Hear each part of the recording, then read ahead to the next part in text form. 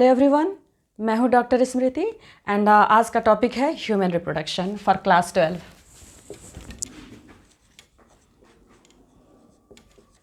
Reproduction reproduction को बोलते हैं हिंदी में प्रजनन। Reproduction is a biological process by which an organism gives rise young ones of its own kind. Reproduction एक ऐसा प्रोसेस है जिसके थ्रू कोई भी ऑर्गेनिज्म अपने ही समान संतान उत्पन्न करता है। Reproduction is a biological process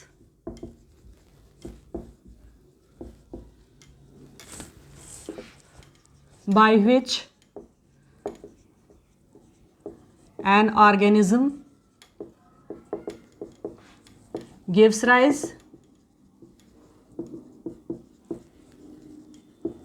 young ones of its own kind.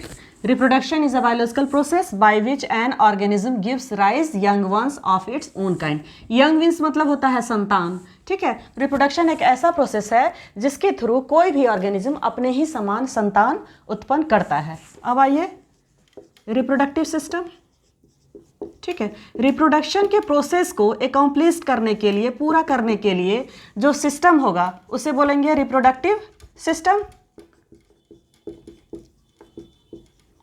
ठीक है। A group of organs which are involved in sexual reproduction.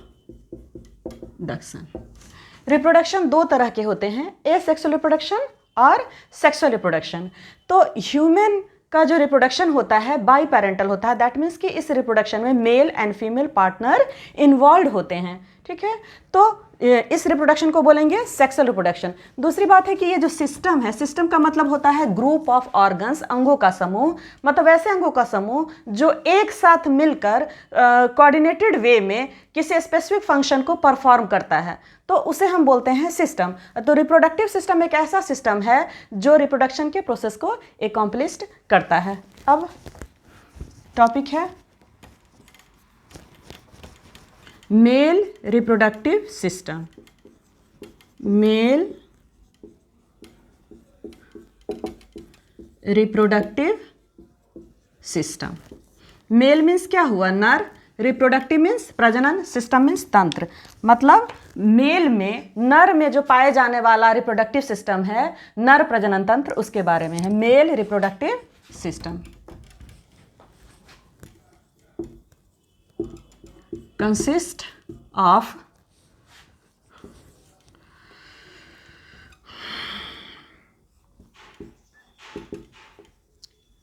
primary sex organ,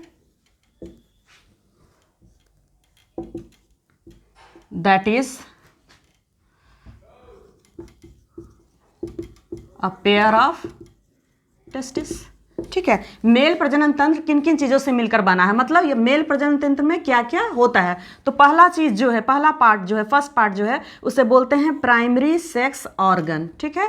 और प्राइमरी सेक्स ऑर्गन में है ए पेयर ऑफ टेस्टिस, मतलब एक जोड़ा testis होता है, ठीक है, जिसे प्राइमरी सेक्स ऑर्गन कहते हैं। अब ये प्राइमरी सेक्स ऑर्गन जो है, इसका फंक्शन है गैमेट बनाना प्लस सेक्स हार्मोन को बनाना एंड प्रोड्यूस करना। Produce sex hormones and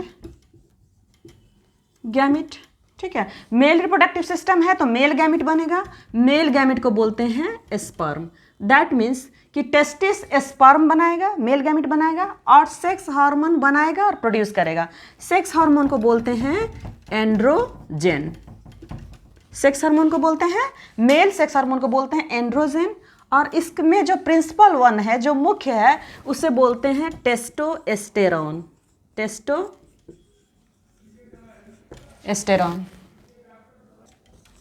Second part of male reproductive system is secondary sex organ. Secondary sex organ. जो दूसरा पार्ट है मेल रिप्रोडक्टिव सिस्टम का उसे बोलते हैं सेकेंडरी सेक्स ऑर्गन.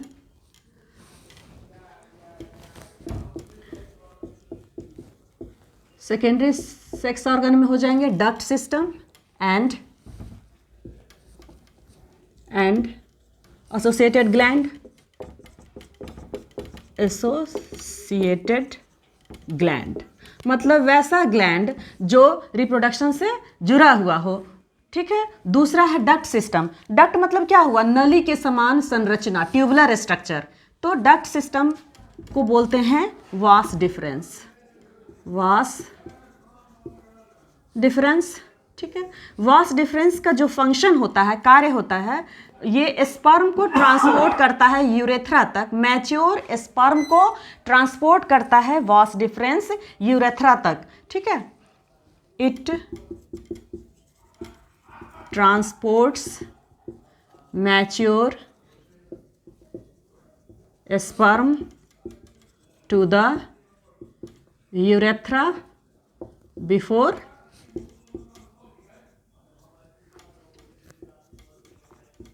इजैकुलेशन. ठीक है. ये वास डिफरेंस जो है ट्यूबुलर स्ट्रक्चर है, मतलब ट्यूब के समान संरचना है, उसे बोलते हैं डक्ट सिस्टम. डक्ट मीन्स क्या, ट्यूब के समान संरचना, नली के समान संरचना. डक्ट सिस्टम जो ट्यूबुलर स्ट्रक्चर है. ठीक है. अब इस डक्ट सिस्टम को बोलते हैं वास डिफरेंस. वास डिफरेंस को का एक और नाम है, वास डिफरेंस को बोलते हैं स्पर्म डक्ट. स्पर्म डक्ट मतलब बोलते हैं, मतलब वैसा डक्ट, वैसा नली या वैसा ट्यूबुलर स्ट्रक्चर जो स्पर्म को ट्रांसपोर्ट करता है. एंड वास डिफरेंस का फंक्शन है स्पर्म को, मैच्योर स्पर्म को ट्रांसपोर्ट करके यूरेथ्रा तक पहुंचाना. अब इसमें जो और और जो पार्ट है सेकेंडरी सेक्स ऑर्गन का, उसमें आ जाते हैं एसोसिएटेड ग्लैंड. एसोसिएटेड ग्लैंड में फर्स्ट हो जाएंगे a pair of seminal vesicle. ठीक. सेकेंड हो जाएंगे आ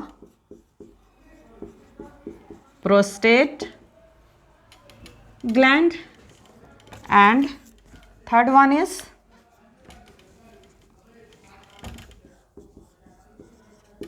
a pair of bulbourethral gland, also called Copper's gland.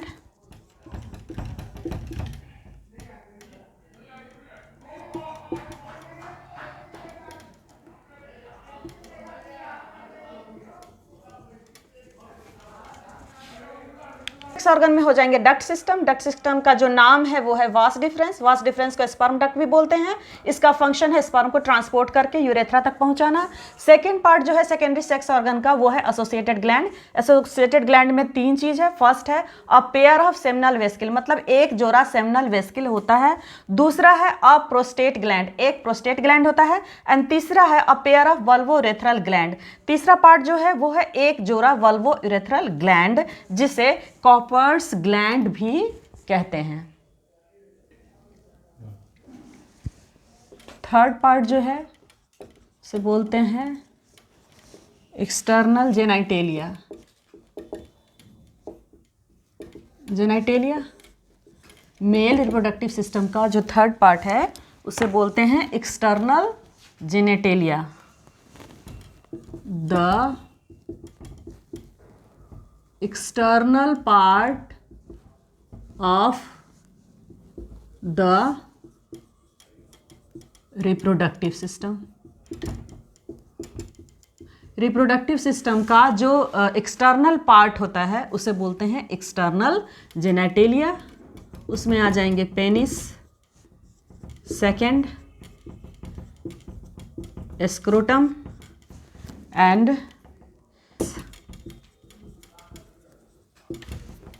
ठीक है. External genitalia, the external part of the reproductive system is called external genitalia. उसमें तीन चीज आ जाएंगे, पेनिस, स्क्रोटम एंड टेस्टिकल्स. अब first testis.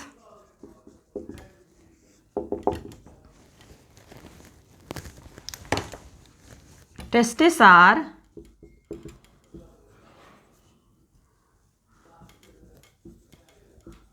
located in the outside of the abdominal cavity. That means extra abdominal. Testis का जो location होगा वो extra abdominal होगा, मतलब एब्डोमिनल कैविटी के बाहर होगा।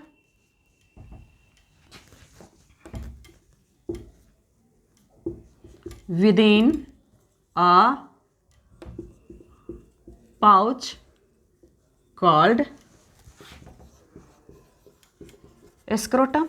टेस्टिस जो है वो पाउच लाइक स्ट्रक्चर में होगा, पाउच में होगा, जिसे बोलते हैं स्क्रोटम। स्क्रोटम एक पाउच है जिसके अंदर टेस्टिस होता है।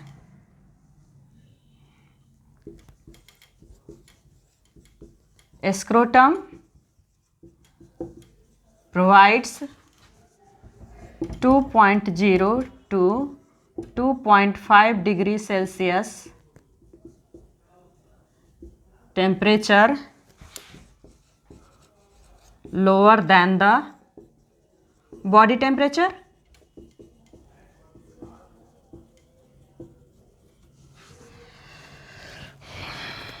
Necessary for spermatogenesis.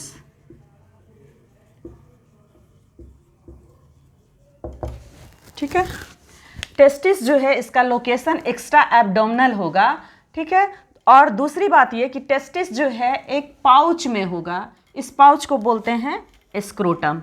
ठीक है, स्क्रोटम प्रोवाइड करता है स्पेसिफिक टेम्परेचर, वो है 2.0 टू 2.5 डिग्री सेल्सियस, और ये टेम्परेचर बॉडी टेम्परेचर से इतना कम होता है।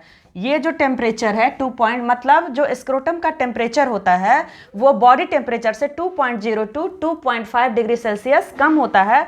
और ये टेम्परेचर जो ये लोअर टेम्परेचर है बॉडी के अकॉर्डिंगली, ये नेसेसरी होता है स्पर्मेटोजेनेसिस के लिए। स्पर्मेटोजेनेसिस एक ऐसा प्रोसेस है जिसके थ्रू स्पर्म बनता है, तो उसके लिए जो आइडियल टेम्परेचर होता है वो बॉडी टेम्परेचर से 2.0 टू 2.5 डिग्री सेल्सियस कम होता है, और ये टेम्परेचर मेंटेन करता है scrotum. Each testis is oval in shape, oval in shape, sorry, मतलब टेस्टिस का जो शेप होता है वो ओवल होता है, अंडाकार होता है, and measures 5 centimetre in length.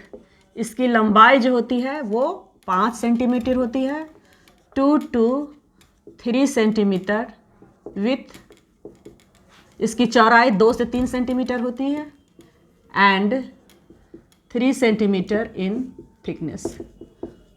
इसकी जो मोटाई होती है वो 3 सेंटीमीटर। दैट मीन्स कि इस तरह स्ट्रक्चर होता है, अंडाकार शेप होता है टेस्टिस का। ठीक है, ओवल इन शेप।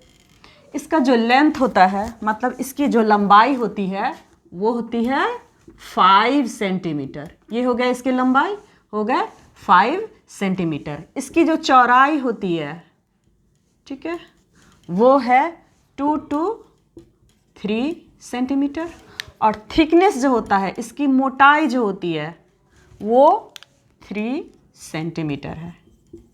ठीक है, टेस्टिस ओवल, टेस्टिस का जो शेप होता है वो ओवल होता है, दैट मीन्स कि अंडाकार होता है।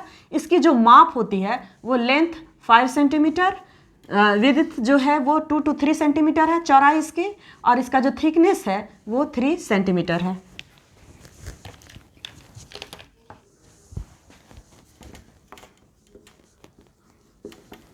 Testis is covered by dense covering called tunica albuginea. ठीक है। टेस्टिस जो है एक मोटे कवर से घिरा हुआ रहता है, डेंस कवरिंग होती है इसके ऊपर, और इस कवरिंग को बोलते हैं ट्यूनिका एल्बुगिनिया।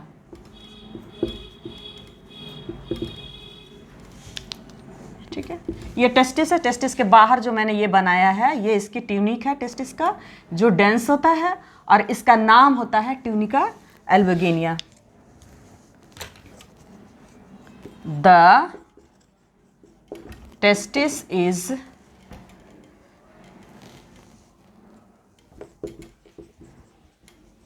internally divided into 250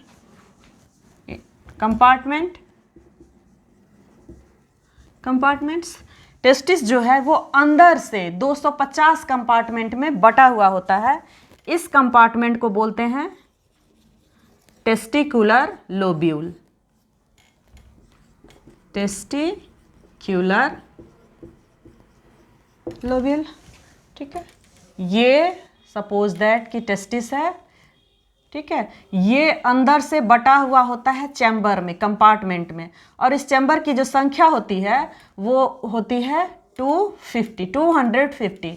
ठीक है। और इस चैम्बर को, इस कंपार्टमेंट को बोलते हैं testicular lobule.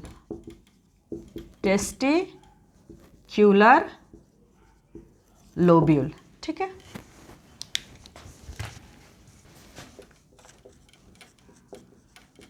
Each lobule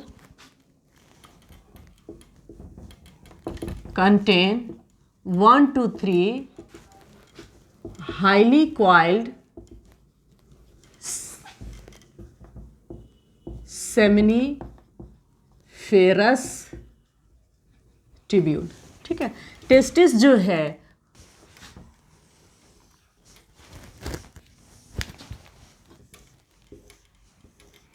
testis का जो इंटरनल एरिया है वो कंपार्टमेंट में बटा हुआ होगा, चैम्बर में बटा हुआ होगा, जिसे टेस्टिकुलर लोब्यूल बोलते हैं। ये हो गया टेस्टिक्यूलर लोब्यूल, और इसकी संख्या होती है 250। ठीक है। और प्रत्येक टेस्टिकुलर लोब्यूल में हाईली कॉइल्ड सेमनीफेरस ट्यूब्यूल होता है। Seminiferous tubule. इस सेमनीफेरस ट्यूब्यूल की जो संख्या होती है वो होती है 1 से लेकर 3। टेस्टिस का जो इंटरनल एरिया होता है वो डिवाइडेड होता है 250 कंपार्टमेंट में। इस कंपार्टमेंट को बोलते हैं टेस्टिकुलर लोब्यूल, और मतलब इस चैम्बर को बोलते हैं टेस्टिकुलर लोब्यूल, और प्रत्येक चैम्बर में 1 से लेकर 3 तक सेमनीफेरस ट्यूब्यूल होता है। ये सेमनीफेरस ट्यूब्यूल जो है इसे बोलते हैं structural and functional unit of testis. Functional unit of testis. Structural and functional unit का मतलब होता है संरचनात्मक और क्रियात्मक इकाई। दैट मीन्स कि टेस्टिस जो है वो सेमनीफेरस ट्यूब्यूल से मिलकर बना होता है। टेस्टिस की जो यूनिट है वो सेमनीफेरस ट्यूब्यूल है, और जो फंक्शन है अल्टीमेटली वो पूरा फंक्शन परफॉर्म होता है सेमनीफेरस ट्यूब्यूल के द्वारा ही। इसीलिए सेमनीफेरस ट्यूब्यूल को टेस्टिस का स्ट्रक्चरल एंड फंक्शनल यूनिट कहते हैं। ये प्रत्येक लोब्यूल में, दैट मीन्स कि टेस्टिस के प्रत्येक कंपार्टमेंट में इसकी संख्या जो होती है 1 से 3 होती है, और इसका जो स्ट्रक्चर होता है ये हाईली कॉइल्ड होता है। मिटाया ना है।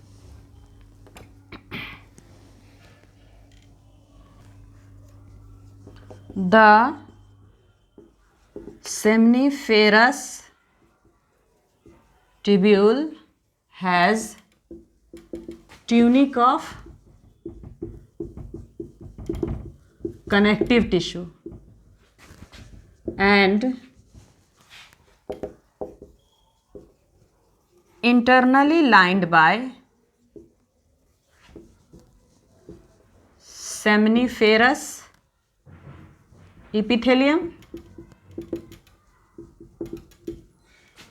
और germinal epithelium.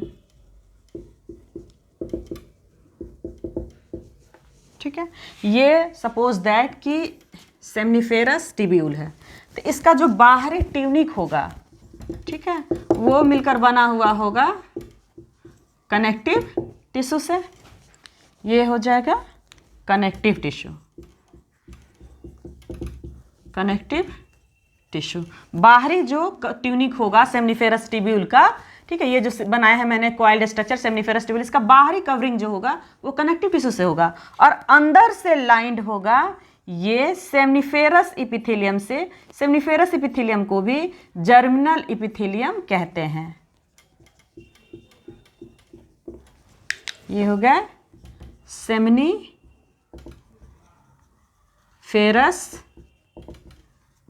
Epithelium. Seminiferous epithelium को ही बोलते हैं जर्मिनल इपिथेलियम। ठीक है, ये सेमनीफेरस टिब्यूल हो गया। सेमनीफेरस टिब्यूल के ऊपर ट्यूनिक होता है जो कनेक्टिव टिश्यू से मिलकर बना होता है, और अंदर से ये लाइंड होता है, घिरा हुआ होता है सेमनीफेरस इपिथेलियम से। सेमनीफेरस इपिथेलियम को ही जर्मिनल इपिथेलियम कहते हैं। Seminiferous epithelium contain two types of cell। Seminiferous epithelium में दो तरह के सेल्स होते हैं। फर्स्ट हो गया सर्टोली सेल्स एंड सेकेंड हो गया एस्पर्मेटोगोनिया। एस्पर्मेटोगोनिया, ये अंदर वाला जो मैंने दिखाया है स्ट्रक्चर, इसे बोलते हैं सेमनीफेरस इपिथेलियम या फिर जर्मिनल इपिथेलियम बोलते हैं। दैट मीन्स कि ये जर्म सेल है। ठीक है, इसमें दो तरह के सेल होते हैं। सेमनीफेरस इपिथेलियम में दो तरह के सेल होते हैं, Sertoli cells and spermatogonia. Sertoli cell, Sertoli cells. Sertoli cells का फंक्शन क्या है? सेमनीफेरस इपिथेलियम और जर्मिनल इपिथेलियम में Sertoli cells and germ cells होते हैं। सर्टोली सेल्स का जो फंक्शन है वो है it provides shape and nutrition. Nutrition means पोषण to the Spermatogonia and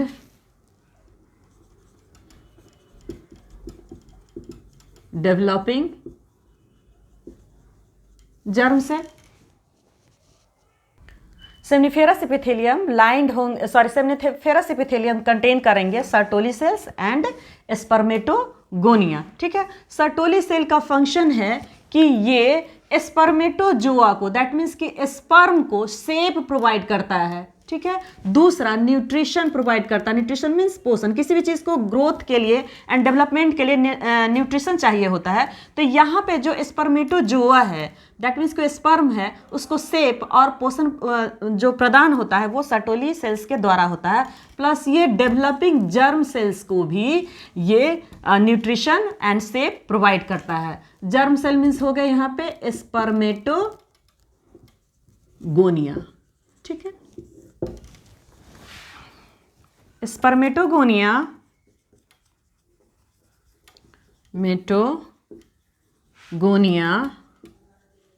undergo cell division. Spermatogonia में सेल डिवीजन होता है। ये सेल डिवीजन का जो टाइप होता है वो होता है meiotic type. Meiosis cell division होता है, दैट मीन्स कि रिडक्शन डिवीजन होता है। ठीक है, एंड फॉर्म स्पर्म। ठीक है, स्पर्मेटोगोनिया में मियोसिस होता है, मतलब मियोसिस जो है वो टाइप ऑफ सेल डिवीजन है जिसके परिणाम स्वरूप स्पर्म बनता है। The spaces between seminiferous tubule is called interstitial space। मतलब जो सेमनीफेरस टिब्यूल है उसके बीच जो दो सेमिनिफेरस ट्यूब्यूल के बीच में जो स्पेस होता है, खाली जगह होता है, उसे इंटरस्टिशियल स्पेस कहते हैं। मतलब इंटरस्टिशियल स्पेस ऐसा स्पेस है जो दो सेमिनिफेरस ट्यूब्यूल के बीच में होता है। मैंने बताया कि टेस्टिकुलर लोब्यूल में 1 से 3 सेमिनिफेरस ट्यूब्यूल होता है जो हाईली कॉइल्ड होता है। अब सेमिनिफेरस ट्यूब्यूल के बीच में जो स्पेस होता है उसे इंटरस्टिशियल स्पेस कहते हैं। हैव इंटरस्टिशियल स्पेस में होता है connective tissue, connective tissue includes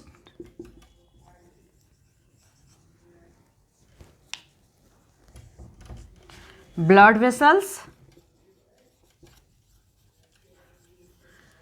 connective tissue में शामिल होते हैं blood vessels and Leydig cells.